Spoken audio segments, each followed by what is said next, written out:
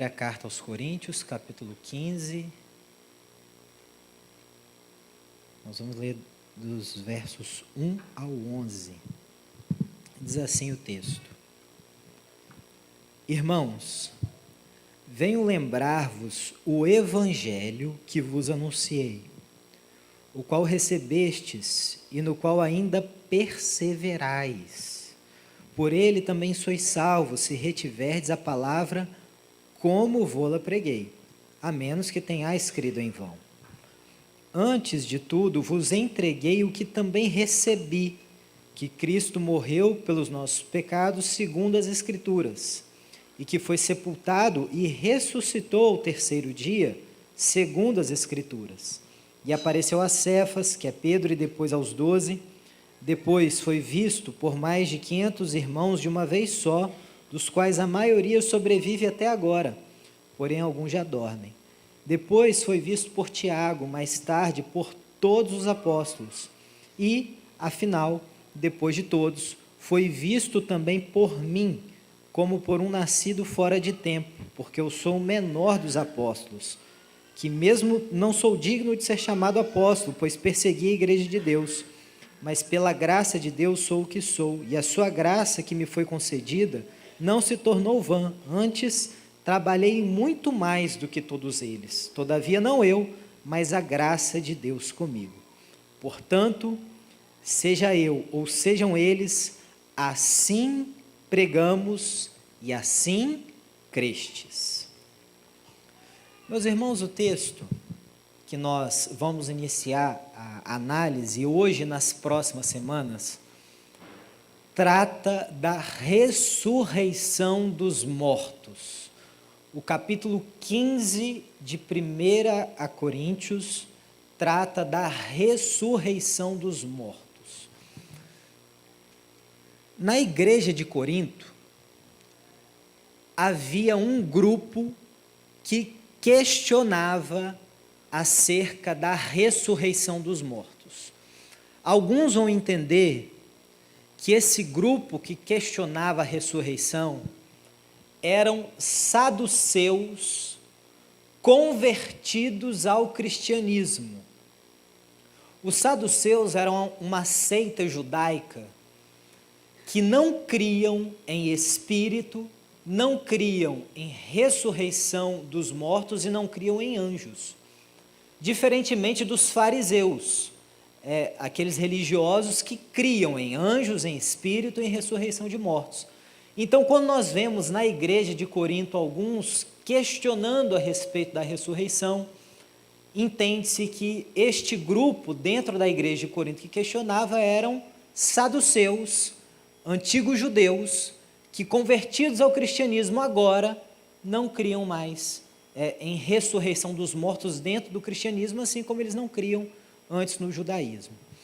Também alguns estudiosos vão dizer que esse grupo, dentro da igreja de Corinto, que não cria em ressurreição de mortos, poderiam ser gentios, gregos, antigamente pagãos, que dentro da filosofia grega seguiam a doutrina, o entendimento do gnosticismo.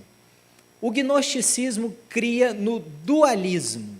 Isso quer dizer, a matéria, o corpo, é essencialmente mal. O corpo é mal, a matéria é essencialmente má.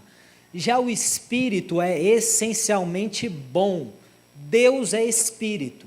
Deus não se preocupa com o corpo, portanto, para eles era uma espécie de terraplanismo, de negacionismo filosófico, você acreditar que Deus se preocuparia em ressuscitar o corpo, ressuscitar a matéria, para fazer com que o espírito voltasse a esse corpo ressurreto na ressurreição do último dia. Mas nós vamos ver aqui que o apóstolo Paulo vai dedicar um grande tempo, um grande pedaço dessa carta, para defender a ressurreição dos mortos.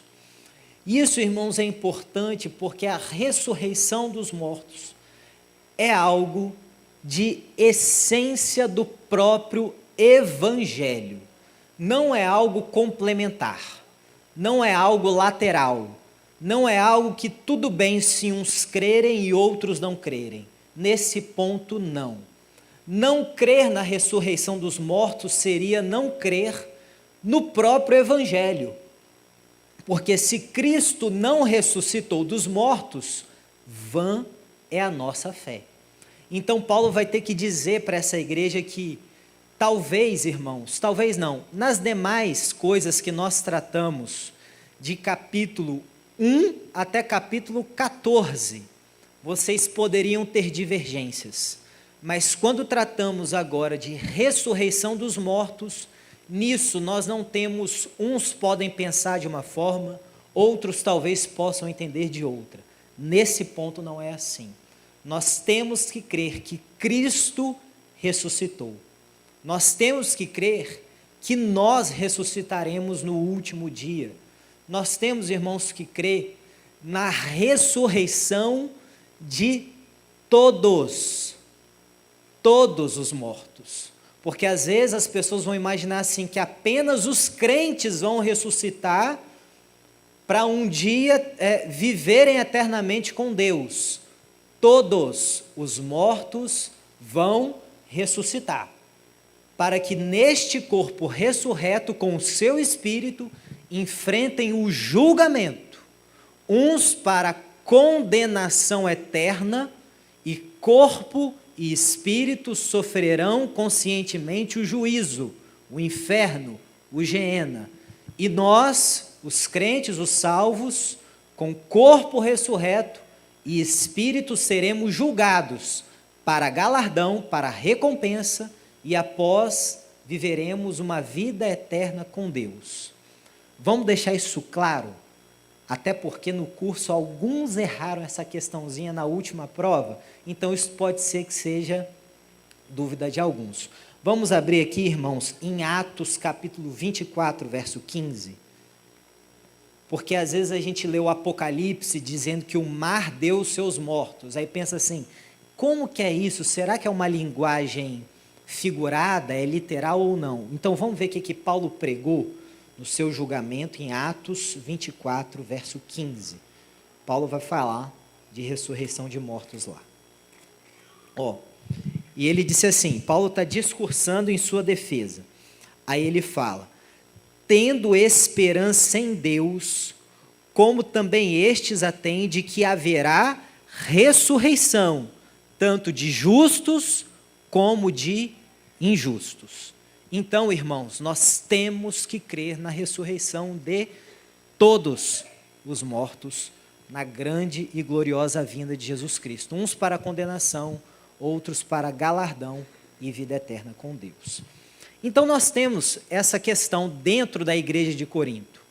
Alguns questionavam a existência ou não dessa grande ressurreição no último dia, na grande vinda do Senhor Jesus. Mas veja o que Paulo vai falar para eles. Eu quero vos lembrar do evangelho que eu anunciei a vocês. Paulo está falando assim, se vocês se lembrarem lá atrás, quando eu passei por Corinto, lá em Atos capítulo 18, quando eu passei por Corinto, preguei em Corinto, eu preguei sobre ressurreição de mortos. Quando eu preguei o evangelho a vocês, eu deixei claro que Jesus morreu, foi sepultado e ressuscitou. Eu nunca não disse isso. E quando eu preguei e vocês creram e nós implantamos a igreja de Corinto, vocês creram nisso e viveram isso. Por que agora vem esse questionamento? Vocês estão dando ouvidos a outro evangelho? Vocês estão dando ouvidos a outras filosofias? Por que deixaram uma heresia assim começar a entrar no meio de vocês? Por que deixar o gnosticismo entrar no meio de vocês? Por que querer trazer doutrinas vãs de tempos passados, deixar entrar no meio de vocês? Vocês creram, foi isso que eu preguei, eu deixei claro, mas vocês não podem mudar aquilo que eu preguei algum outro dia. Vejam, irmãos, Paulo vai dizer para os coríntios, e aqui parece estar tão escondido, mas ao mesmo tempo tão na nossa frente.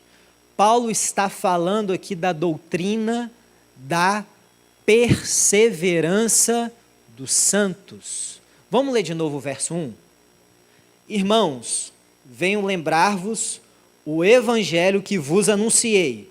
Eu preguei ressurreição de mortos, o qual recebestes e no qual ainda perseverais. Mais uma vez, irmãos, do capítulo 1 ao capítulo 14, existe divergências, existe alguns que podem entender que mulher tem que usar véu ou não dentro da igreja. Uns vão entender que os dons espirituais são dons silenciosos, outros vão entender que os dons espirituais são barulhentos. Uns vão entender que você pode comer carne ou que você não pode comer carne. Uns vão entender que você tem que se casar ou que você não tem que se casar. Mas Paulo vai, nesses assuntos, nós vemos que quase nunca Paulo vem dar uma palavra definitiva para repreender um grupo e para honrar totalmente um grupo. Ele sempre vai no meio para dizer, não é bem assim o que vocês estão pensando. Eu tenho que me casar? Se você tiver o dom do celibato, você não tem que se casar. Eu tenho que me separar? A mulher não deixa o marido não deixa a mulher. Mas se ele for descrente, você vai santificar a sua casa assim, quem sabe? E se ele te deixar, aguarda no Senhor. Você vê que nunca há uma palavra absolutamente definitiva para um lado e para o outro. Quando nós olhamos primeira carta aos Coríntios 1 a 14, sim, temas que são divergentes e nós temos que ter equilíbrio para tratar esses temas. Mas quando se trata de ressurreição dos mortos, nós devemos ser radicais. Nós devemos ir na raiz da situação. E não podemos ter um meio entendimento. Isso aqui é importante para nós, porque quando Paulo fala no Evangelho que ainda perseverais, quando nós tratamos dos capítulos 1 a 14, por mais que houvesse divergência, não havia perda de salvação, se é que isso existe. Não havia algo fatal no entendimento do Evangelho. Não é porque um entendia que não devia comer carne e outro entendia que podia comer carne, que um era salvo e outro não era. No Evangelho que ainda perseverais. Isso aqui já abre os olhos para nós, abre os olhos do nosso entendimento para nós ficarmos, irmãos, atentos a algo. Pense com você. Qual é a filigrana da fé que te faz tropeçar quando você olha para o seu irmão? Será que ele abandonou a fé? Ele apostatou da fé porque aqui as mulheres não usam véu e às vezes em outra igreja usam véu? Será que o seu irmão é um apóstata porque ele come carne? Será que o seu irmão é um apóstata porque os dons dele são silenciosos e pouco ruidosos e de outros são mais ruidosos? Às vezes a gente se prende a algo que muito mais nos divide do que a coisas que muito mais nos unem. O que nos une? O Evangelho. O Evangelho é a morte, é o sepultamento, e nós vamos entrar porque Paulo fala de morte e sepultamento, ressurreição de Cristo e sua segunda vinda. Isso é Evangelho. As demais coisas podemos até ter divergências, mas isso não torna o meu irmão um apóstata, não o torna um herege. E nós devemos sempre, irmãos, olhar para aquilo que nos une, seja para os irmãos da nossa comunidade de fé, seja aqueles que não são da nossa comunidade de fé. Talvez você tenha um evangelho só para você. E nós, às vezes, com o passar do tempo, vamos mudar. E você vai ser contraditório com você mesmo. Antes você não comia carne, agora você come. Se você entendeu aqui a figura, é só substituir. O que antes tanto te escandalizava e que agora não escandaliza mais. O que antes você via, isso pode, e que agora você fala assim, não posso fazer mais. Mas isso não nos torna apóstatas. Nós ainda somos perseverantes. Ainda perseverais neste evangelho. Pois é por ele, pelo evangelho, que vós sois salvos, a menos que tenhais crido em vão. Paulo, então, traz aqui para a igreja de Corinto a possibilidade de alguns terem crido em vão. E aqui eu quero trazer uma ilustração para vocês. Houve um caso, houve, na verdade, não um caso, um pregador, um grande pregador do século XX, chamado Billy Graham. E Billy Graham fazia as grandes cruzadas evangelísticas por todo o mundo. Quando ele veio, por exemplo, no Brasil, ele lotou o Maracanã, deu 100 mil, perto de 200 mil pessoas. E Billy Graham fazia essas grandes pregações e os apelos, e realmente foi um grande pregador, e alguns estimam que Billy Graham pregou para mais de 2 bilhões de pessoas.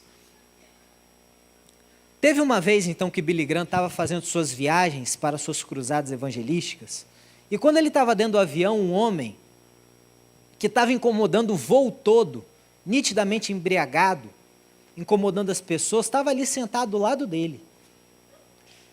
E aquele homem que estava perturbando as pessoas, perturbando o voo, embriagado e fazendo todo tipo de estardalhaço dentro do avião, quando ele olha para Billy Graham, ele fala assim: eu te conheço. Ah, eu te conheço. Foi você que me converteu. Você é Billy Graham, não é? Foi você que me converteu. E Billy Graham virou-se para ele e disse assim: deve ter sido eu mesmo que te converti, porque se foi o Espírito Santo, você não estava fazendo o que você faz agora. Então, veja, irmãos, às vezes, nós podemos dar certeza de salvação ou certeza de membresia para uma pessoa que, às vezes, creu em vão. O que nós vamos observar na perseverança dos santos são pessoas que até o dia de partirem para Deus, essas pessoas vão perseverar. São esses que são salvos dentro da nossa ótica, dentro da externalidade humana, que é a única coisa que nós enxergamos. Nós vamos dizer que os salvos são aqueles que perseveram, não aqueles que vieram na igreja, disseram que creram, mas no decorrer de suas vidas mostraram que no dia da sua profissão de fé, no dia que choraram e disseram assim: eu creio em Jesus, creram em vão. Nós vamos ver se creram, se derem frutos, se perseverarem até o dia final. Então nós não vamos dar certeza de salvação e admitir pessoas como membros aqui na igreja, se nós não observarmos que essas pessoas têm o Evangelho e a transformação na vida deles. Nós vamos lançar essa semente e aguardar que o Espírito Santo faça o trabalho de arrependimento, conversão, transformação na vida dessa pessoa. Seguindo mais aqui, irmãos, adiante, nós vemos que Paulo, então, traz algumas observações a respeito do que ele transmitiu, do evangelho que ele transmitiu para os coríntios. Porque quando ele diz assim: quando eu vos preguei o evangelho e nele vocês creram, eu não baseei em mim mesmo.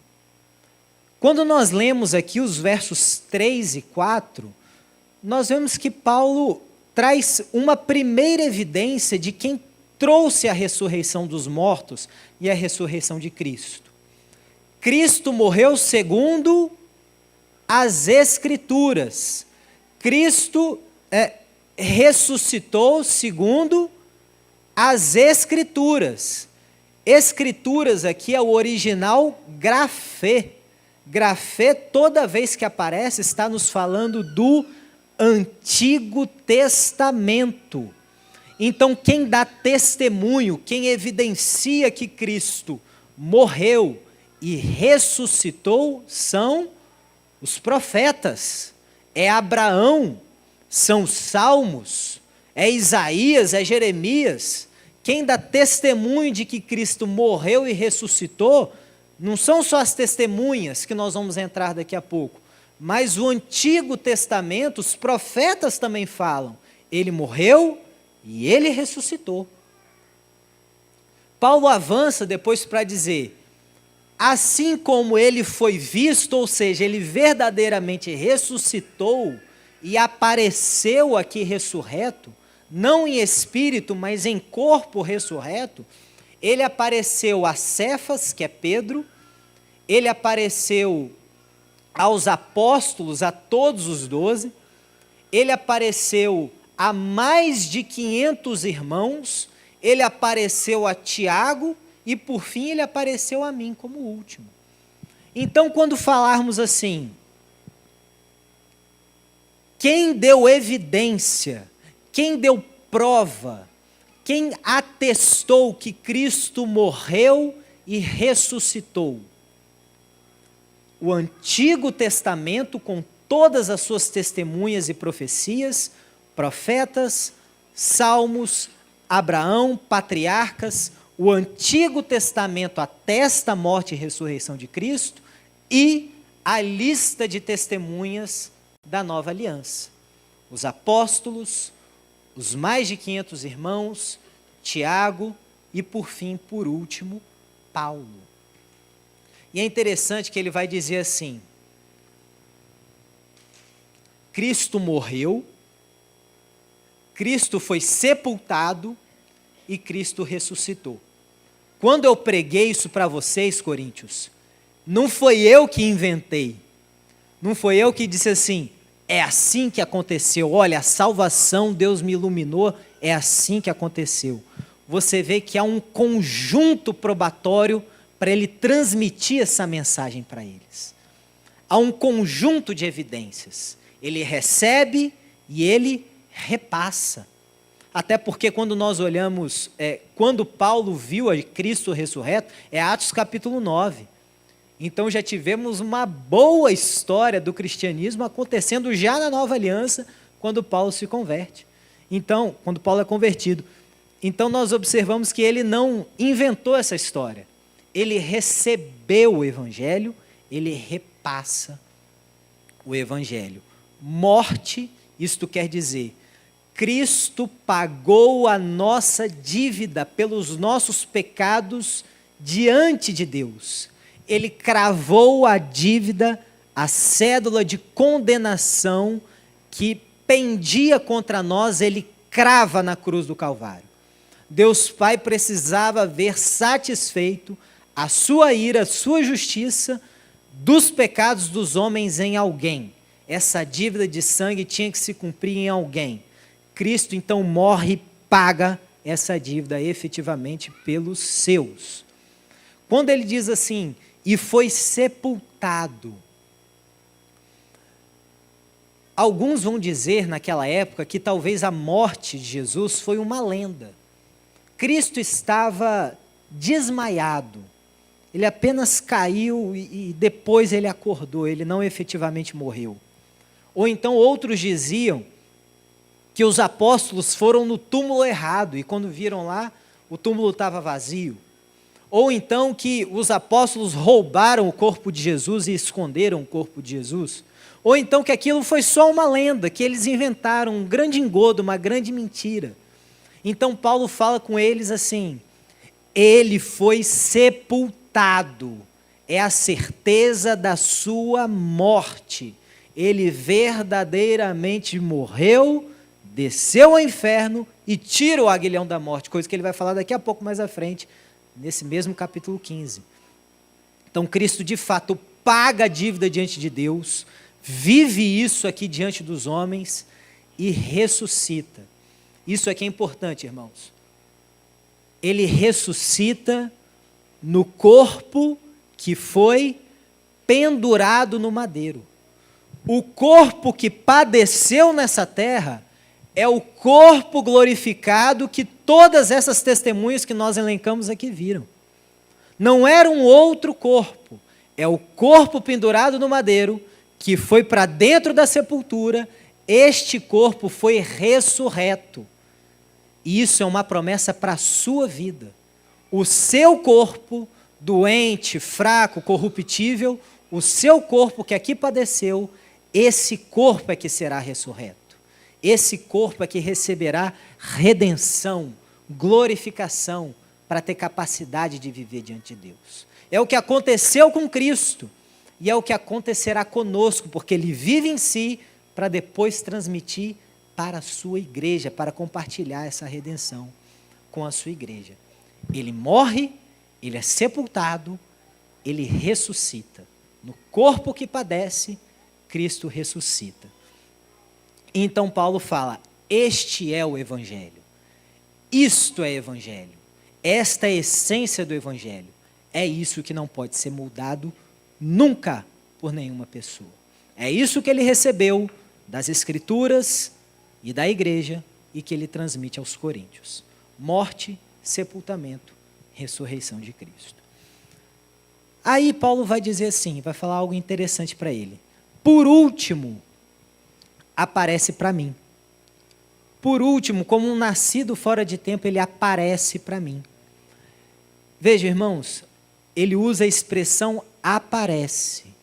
E quando nós olhamos o que Paulo relata em Atos dos Apóstolos, são 3 passagens para nós entendermos a conversão de Paulo e o que aconteceu naquele dia no caminho de Damasco.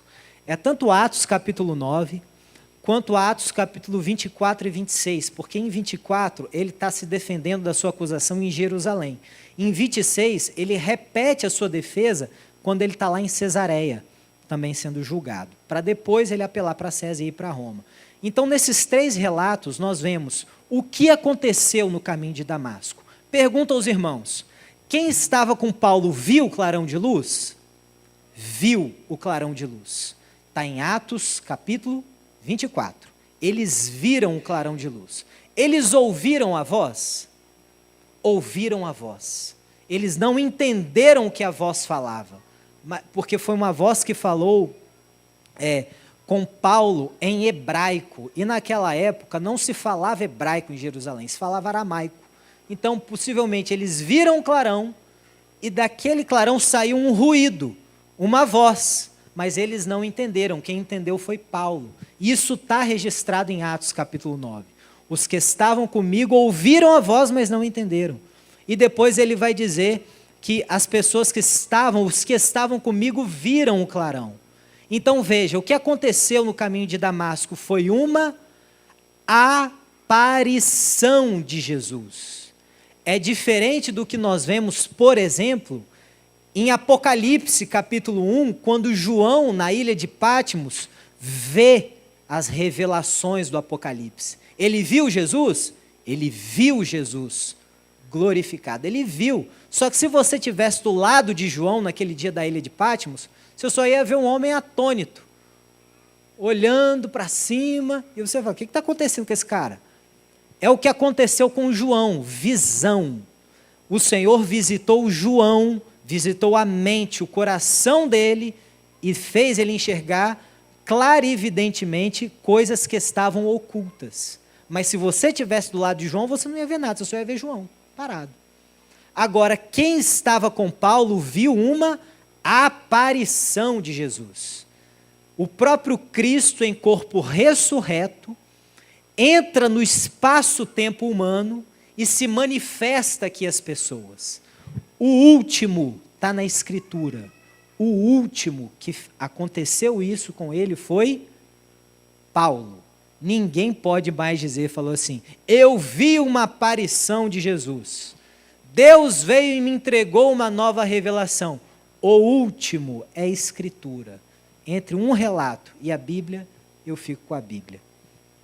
E como o próprio, creio que Billy Graham também falava isso, se a Bíblia me dissesse que quem engoliu a baleia foi Jonas, eu creria na Bíblia e eu não creria num relato dos homens. A Bíblia diz que o último a ver uma aparição de Jesus e um chamado específico para o apostolado foi Paulo. Por isso que ele fala, como um chamado fora de tempo, e eu que sou o menor dos apóstolos, o último a ter uma aparição de Jesus, com um chamado para ser apóstolo, foi Paulo. Por isso, irmãos, nós não cremos mais em apóstolos nos dias de hoje. Não existem mais apóstolos, porque a Bíblia diz que o último a ver Foi Paulo. O último a receber um chamado desse foi Paulo, chamado específico do próprio Cristo para ser apóstolo. Por fim, o verso 11 vai dizer assim: portanto, seja o que eu preguei, seja o que as outras testemunhas falaram, assim pregamos e assim crestes. Assim pregamos e assim crestes. Isso é importante, irmãos, porque aqui não adianta uma igreja colocar no credo dela, na forma dela de pregar o evangelho, dizer: nós cremos no sola escritura, nós cremos no somente a escritura. Você vive somente a escritura? Paulo falou para eles assim: seja o que de mim ouvistes, seja das demais testemunhas, assim pregamos e assim crestes. Nós não podemos receber algo e transmitir outra coisa. Nós não podemos receber o evangelho e transmitir um evangelho torcido, com partes suprimidas ou partes acrescentadas. O que recebemos, nós transmitimos. Isso é evangelho. Isso é viver só a escritura. Isso é transmitir o ensino que vem de Deus e entregar para as pessoas. Evangelho não é de particular revelação, não é só um que teve, não é só uma pessoa, só uma instituição que alcançou.